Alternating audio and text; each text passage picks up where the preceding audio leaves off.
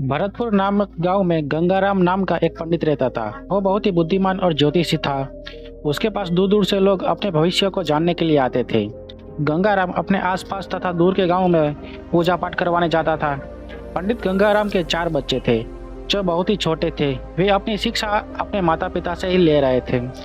एक दिन पंडित गंगाराम भोजन कर रहे थे, तभी उसकी पत्नी जानकी ने कहा, स्वामी, अब तो हम लोग धीरे धीरे बूढ़े होते जा रहे हैं और हमारे बच्चे बड़े हो रहे हैं, जिन्हें हम कब तक ऐसे घर में शिक्षा देते रहेंगे।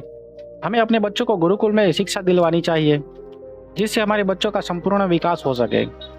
पंडित जी ने कहा, हाँ जानकी, तुम ठीक कह रही हो। आज मैं गुरुकुल जाकर अपने बच्चों का दाखिला करवा देता हूँ, क्योंकि अब मुझे भी अपनी जजमानी में पूजा पाठ करवाने में कठिनाई होती है। अगर मैं घर पर बैठा रहा तो हमारे घर का खर्च कैसे चलेगा, जबकि यदि हमारे बच्चे ज्योतिष विद्या सीखकर हमारे साथ पूजा पाठ करेंगे तो हमारी घर की आय दुगनी हो जाएगी। अगली सुबह पंडित गंगाराम अपने चारों बच्चों को लेकर गुरुकुल गए। वहां पर कुछ साधारण से सवाल जवाब के बाद चारों बच्चों का दाखिला हो गया।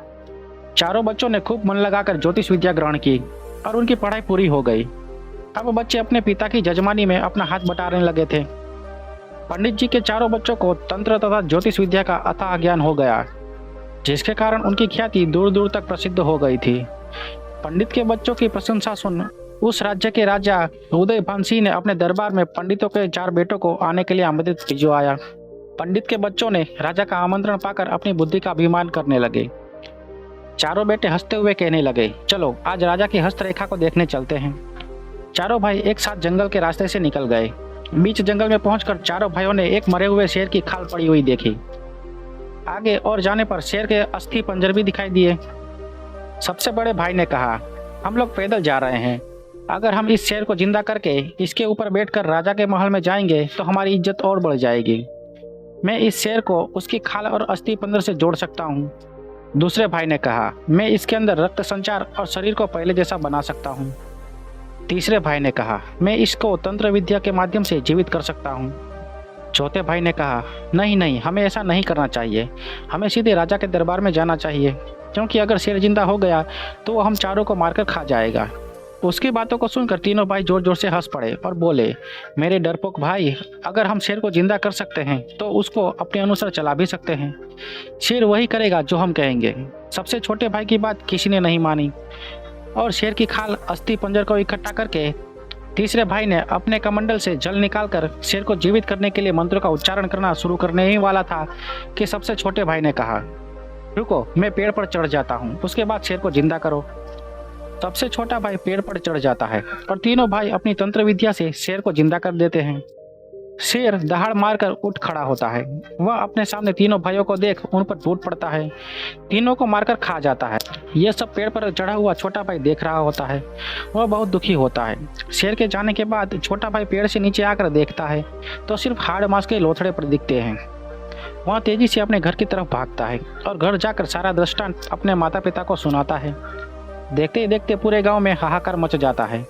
पंडित हरिराम और उसकी पत्नी यह सदमा बर्दाश्त ना कर सके। उन्हें दिल का दौरा पड़ने के कारण दोनों की मृत्यु हो जाती है। तो दोस्तों, हमें अपनी बुद्धि और विवेक के साथ काम करना चाहिए। तो चलिए दोस्तों, बात करते हैं हम अगली कहानी के बारे में। किसी गांव के बाहर एक पीपल का पेड़ था। उस पेड़ पर चील और उसका परिवार घोंसले में रहते थे। उसी पेड़ के नीचे मुर्गी का परिवार भी रहता था। एक बार चील का एक अंडा गिरकर मुर्गी के अंडे से मिल गया।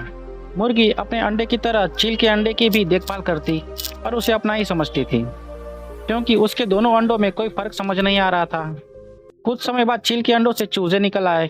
चील अपने बच्चों का बहुत ध्यान रखती थी। धीरे धीरे उसने अपने बच्चों को उड़ना सिखाना शुरू कर दिया।